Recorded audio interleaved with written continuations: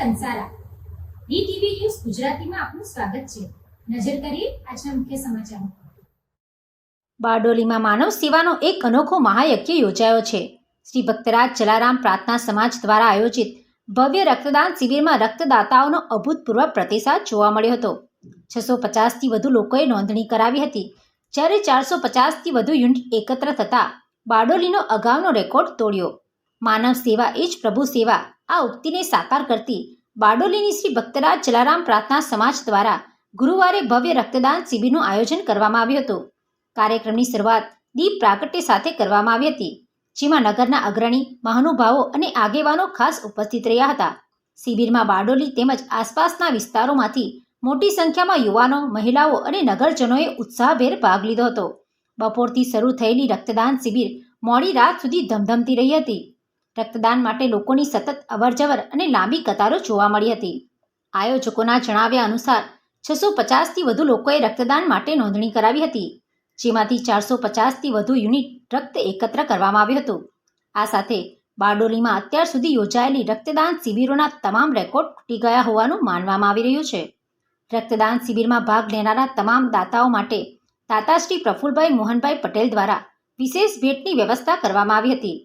તેમની આ સેવાભાવી પહેલને ઉપસ્થિત સૌએ બિરદાવી હતી। સાંજના સમયે યોજાયેલી આરતીમાં પણ મોટી સંખ્યામાં ભક્તોએ હાજરી આપી હતી।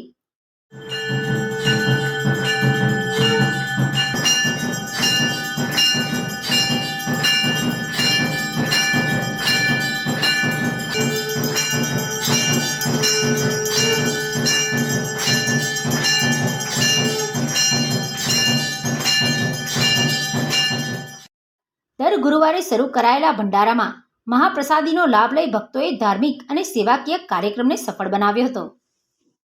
જય જલારામ। હું પ્રફુલભાઈ મોહનભાઈ પટેલ, શ્રી ભક્તરાજ જલારામ પ્રાર્થના સમાજ બારડોલી આજ રોજ બ્લડ ડોનેશનનો જે કાર્યક્રમ રાખવામાં આવ્યો હતો ટ્રસ્ટી મંડળ દ્વારા, બારડોલીની જનતાએ, બારડોલીના બ્લડ ડોનરોએ આજે બારડોલીનો રેકોર્ડ તોડીને એક બહુ મોટું ઇતિહાસનું કામ કર્યું છે।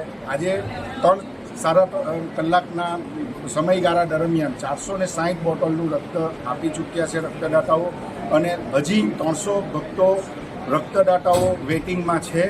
અને ડૉક્ટરોનો પૂરા સપોર્ટથી લાગે છે કે આજે બહુ જ મોટો ડોનર કેમ્પ આજે બારડોલી ખાતે યોજાઈ રહ્યો છે, જેથી જલારામ મંદિરના ટ્રસ્ટીઓ, જલારામ મંદિરના ભક્તો અને રક્તદાતાઓને મારા જય જલારામ।